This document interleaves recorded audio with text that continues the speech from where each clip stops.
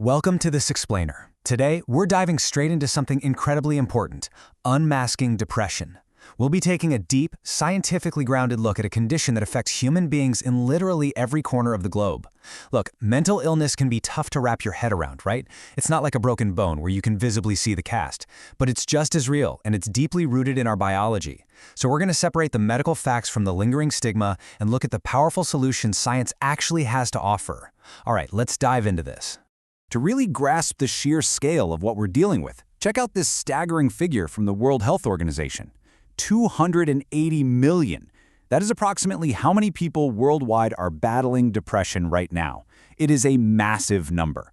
But it also highlights something vital. If you or someone you love is struggling, you are absolutely not alone.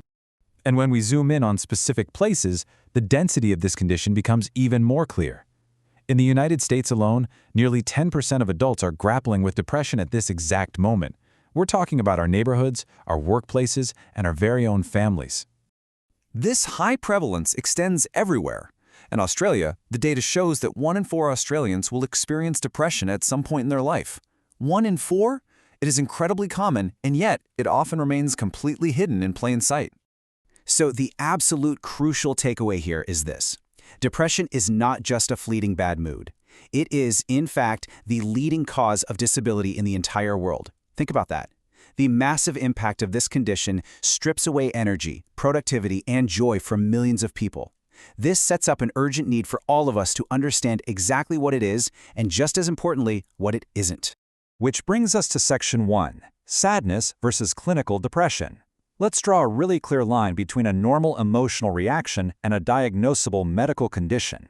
Having depression is fundamentally different from just feeling depressed. Take regular sadness. Almost everyone gets sad from time to time, right? Getting a bad grade, losing a job, or even just a gloomy rainy day can trigger it. But eventually, circumstances change, and those feelings fade. Clinical depression, on the other hand, is a medical disorder. It won't go away just because you want it to. It lingers for at least 2 consecutive weeks, and it significantly interferes with your basic ability to work, to play, and to love. And the symptoms are vast. People might feel severe fatigue, have trouble waking up, or maybe they sleep way too much. Their appetite might get totally disrupted. They might feel entirely worthless or guilty, have incredibly poor concentration, and lose literally all interest in everyday activities. According to psychiatric guidelines, if a person displays at least 5 of these specific symptoms, they qualify for diagnosis of clinical depression. And tragically, this is exactly where feelings of hopelessness can build up into recurrent thoughts of death and suicide. But why does this happen? To answer that, we move to Section 2, inside the depressed brain. I want you to imagine putting on X-ray vision for a second, looking past the behavioral symptoms to see what is physically happening inside the body. Depression has very real, very physical manifestations. On a micro scale, it's deeply tied to your neurotransmitters. These are the vital chemicals, specifically serotonin, dopamine, and norepinephrine, that basically allow your brain cells to talk to each other.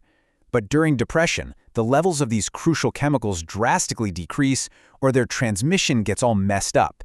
It's a literal chemical imbalance that strips away a person's energy and joy right down at a cellular level.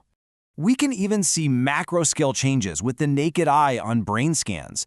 Notice how the hippocampus, which is vital for memory and learning, along with the frontal lobes that regulate your emotions, actually decrease in size. Meanwhile, the amygdala, the part of the brain involved in processing fear, anxiety, and sadness, goes into absolute overdrive. The brain's logic and memory centers are quite literally shrinking, while its fear center gets louder and louder. But it doesn't even stop at the brain. Depression is a full-body disorder caused by a complex mix of genes and your environment. It blunts our circadian rhythms and completely disrupts the vital REM and slow-wave parts of our sleep cycle. It causes hormone abnormalities, spiking our stress hormone cortisol, and even deregulating thyroid hormones. Honestly, it's no wonder a person with depression feels so physically exhausted. Their entire biological system is basically under siege. Despite all this physical evidence, depression mostly remains invisible from the outside. People struggling might look perfectly fine, hiding turbulent emotions just to cope. This brings us to Section 3, the struggle and the solutions. Because these symptoms are largely intangible, and because there's still this completely unfair stigma attached to mental illness, we are left with this tragic statistic.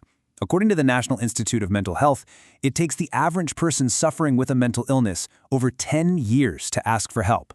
A whole decade of suffering in silence, feeling guilty for a chemical and structural illness they cannot control. But here is the truly great news. There are highly effective medical treatments available right now, and they generally follow an escalating path. Step 1 often involves therapy to help navigate thoughts, paired with critical lifestyle changes like regular exercise, a healthy diet, and strict sleep routines to improve overall physical well-being. Step 2 introduces medications. These complement therapy by directly boosting and balancing those depleted brain chemicals we talked about earlier. And for extreme cases, Step 3 utilizes targeted brain stimulation like TMS or ECT, which acts like a highly controlled therapeutic reset in the patient's brain.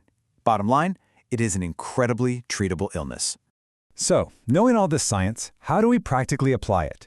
That brings us to Section 4, how to support others. If you notice these symptoms in someone you know, or if a loved one confides in you, your reaction can literally make all the difference in the world.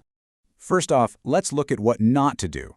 If you haven't experienced clinical depression yourself, it is deeply unhelpful to compare their illness to times you've just felt a little down. Saying, "Yeah, I know how you feel, I was super sad when I failed that test," can actually make them feel more guilty and isolated. Instead, offer practical, logistical support. Step into the trench with them. To someone dealing with severe fatigue and poor concentration, just looking up a therapist in the area or writing down a list of questions for a doctor can feel completely insurmountable.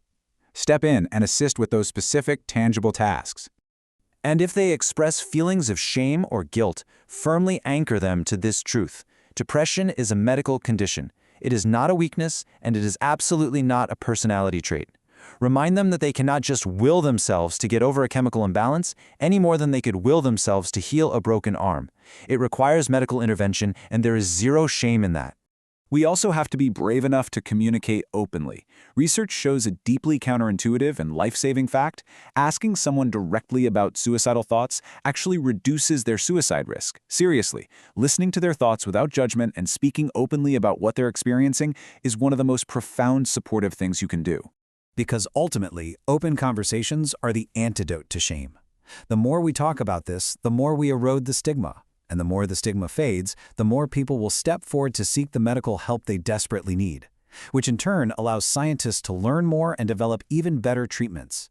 So I leave you with this question.